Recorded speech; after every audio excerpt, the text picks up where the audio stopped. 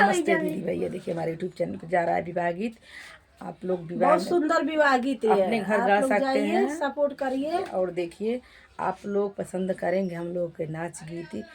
जैसे हम लोग नाच रहे हैं, विवाह गीत है, कोई भी सूत्र का गीत रहेगा, आप लोग सपोर्ट करेंगे, आप लोग को पसंद आएगा तो हम लोग नाच के बनाएंगे। और फुल आज में देखिएगा, लाइक सब्सक्राइब कभी मत भूलिएगा। आप लोग फुल सपोर्ट में तैयार रहिएगा हम लोगों के, हम लोग भी आपके लिए तैयार रहेंगे और आगे बढ़ाइएगा।